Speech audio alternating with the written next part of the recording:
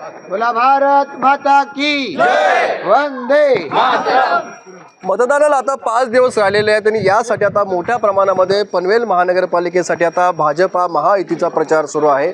आपल्यावर या ठिकाणी पनवेलचे आमदार प्रशांत ठाकूर आहेत। सर, काय म्हणाल, 5 दिवस राहिलेत, कसा प्रचार सुरू आहे आता? संपूर्ण पनवेल महापालिकेच्या हद्दीमध्ये भाजपा महायुतीचे सगळे उमेदवार अतिशय मनापासून त्यांचा प्रचार या सर्व प्रभागातील महायुतीचे सगळे कार्यकर्ते करत आहेत। आमचे सर्व जे काही वरिष्ठ नेते आहेत हे प्रत्येक प्रभागामध्ये सुरू असलेला प्रचार याच्यावरती लक्ष देऊन आहेत। सन्माननीय रामशेठ ठाकूर साहेब आहेत, सन्माननीय जय माते साहेब आहेत, महेश वाल्दीजी तर आमचे प्रचार प्रमुख आहेत, जिल्हाध्यक्ष अविनाश कोळीजी असतील, त्याचबरोबर आमचे या निवडणुकीचे संयोजन समितीचे प्रमुख त्याच्यामध्ये परेश ठाकूर असतील, प्रीतम म्हात्रेजी असतील, त्याचबरोबर आमचे सगळे सहकारी या प्रचारावरती नियंत्रण ठेवून आहेत।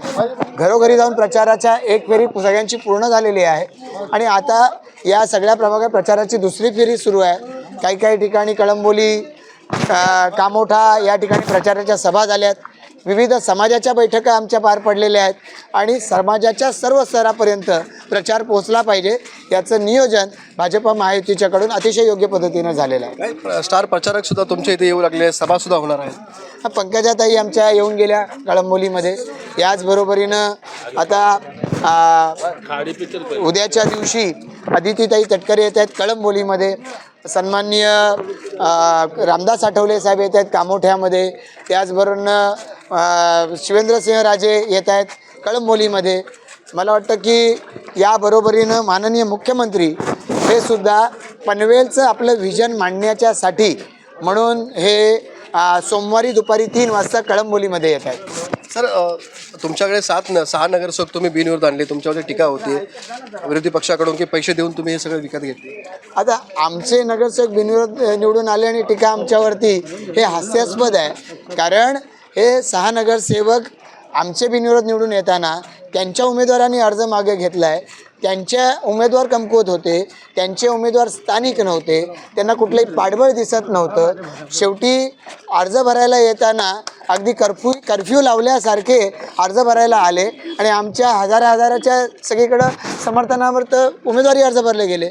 ते घाबरून त्यांनी जर उमेदवारी अर्ज मागे घेतली असेल, ते जनसंख्या बघून, आपल्याला समर्थन नाही बघून आणि आपल्याला खड्ड्यात टाकतील हे बघूनच त्यांच्या उमेदवाऱ्या त्यांनी मागं घेतलेल्या आहेत। यापूर्वीचा शेका पक्षाचा इतिहास आहे की उमेदवारी द्यायची आणि कर्जाचा डोंगर त्या उमेदवाराच्या डोक्यावरती मारायचा।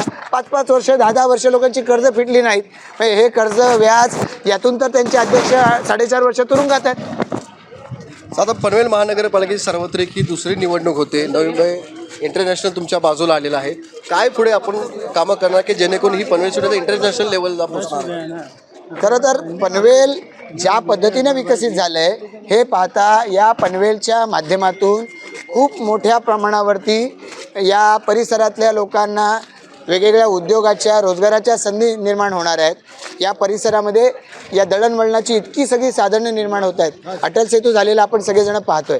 आपण पाहतोय की कशा पद्धतीनं विमानतळ सुरू झाला आणि या विमानतळाच्यामुळं या परिसरामध्ये रोजगाराच्या, उद्योगाच्या खूप संधी निर्माण होणार आहे। त्यामुळे या सगळ्यामुळं मला असं वाटतं की या परिसरामधल्या तरुणांना अनेक चांगल्या पद्धतीनं रोजगाराच्या, स्वयंरोजगाराच्या संधी या आपल्याला या माध्यमातून मिळणार आहेत।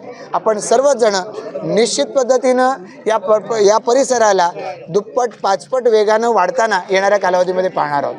नक्कीच आपण पाहतो की येणाऱ्या काळामध्ये हे पनवेल शहर सुद्धा इंटरनॅशनल शहर होईल अशा प्रकारचा दावा भाजपचे आमदार प्रशांत ठाकूर यांनी केला आहे। विनायक पटेल, एबीपी माझा, पनवेल, रायगड।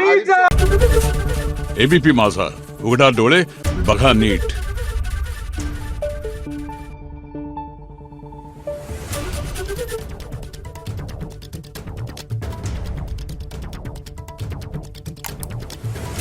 Thank you.